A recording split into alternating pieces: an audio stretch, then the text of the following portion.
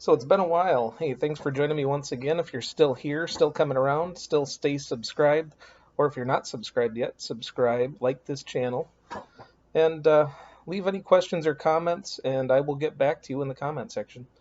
Once again, if you're here for the first time, like I've said before in past videos, hey, I want to address things that nobody else is addressing. I took time to re-examine what I was doing. That's actually part of the reason why I haven't had a video in a while, is because what I see is whether it's podcasts, whether it's YouTube videos, YouTube channels, I see this as a growing trend. Everybody is fighting for space. Everybody is fighting for content. So what ends up happening is people end up creating dangerous content or content that it's just wasting people's time. It's nothing that interesting. It's clickbait. And the last thing I want to do is waste people's time because I hate people wasting my time. So I want to add some value to some people's lives. I want there to be some good feedback, and hopefully we can actually make this a better country. But first off, there's problems in this country that we need to face and realize and talk about.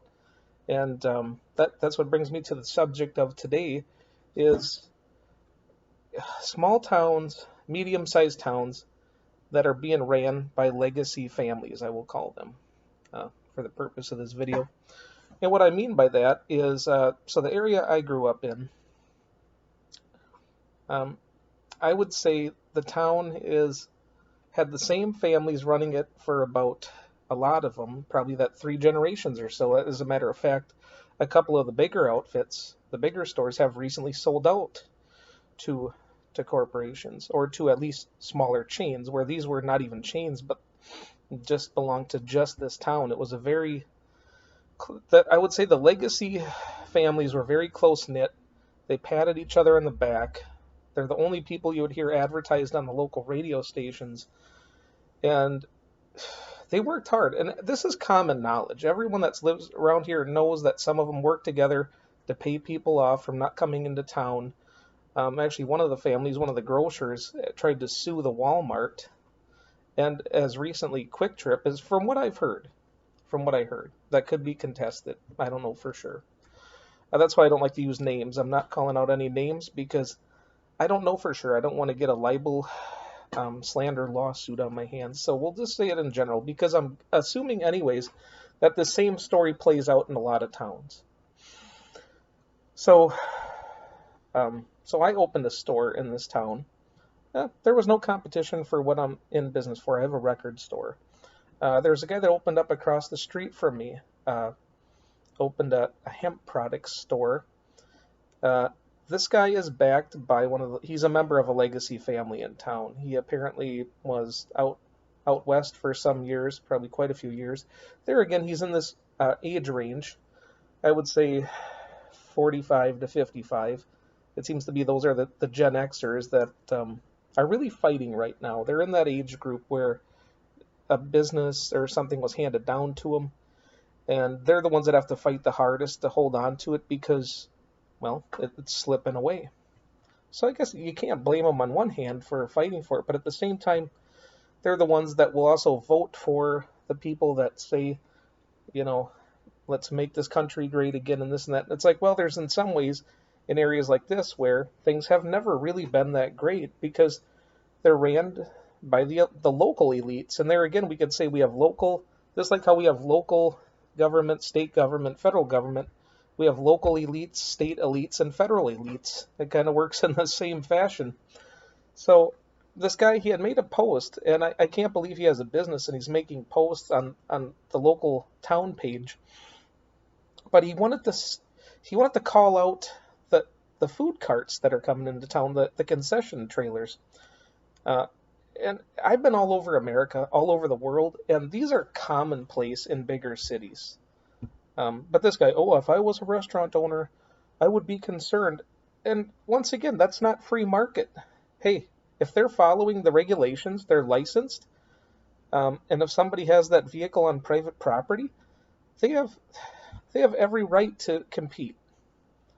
But see, this is just another example of how even local elites, local legacy families, use their prowess, their clout, to influence local areas to hey, you got to start regulating, and don't forget what family backs you. You'll be out of a job. And see, that happens at a local level, always has, and nobody calls it out.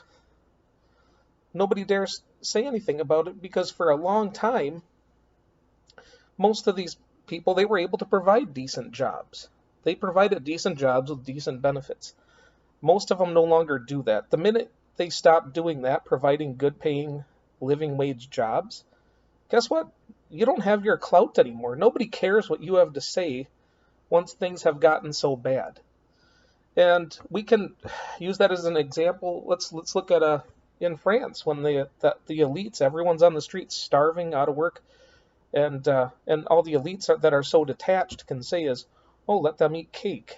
Well, um, we can compare that to the Biden speech he gave in Hawaii too. The same thing, right? I believe there's a local store in Hawaii that already has made that comparison.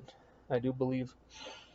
But that's what I'm saying here too is, hey, when people are struggling, when people, and I'll get back to the point on this forum, this guy had a lot of pushback. I mean, I would say it was on the degree of the cancellation of Bud Light, for example.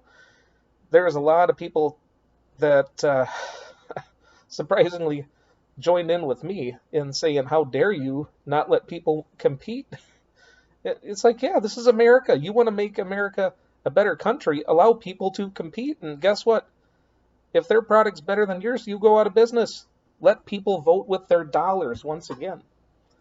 Um, like I said, I would really like to have a live interview someday with somebody that can elaborate on things as well.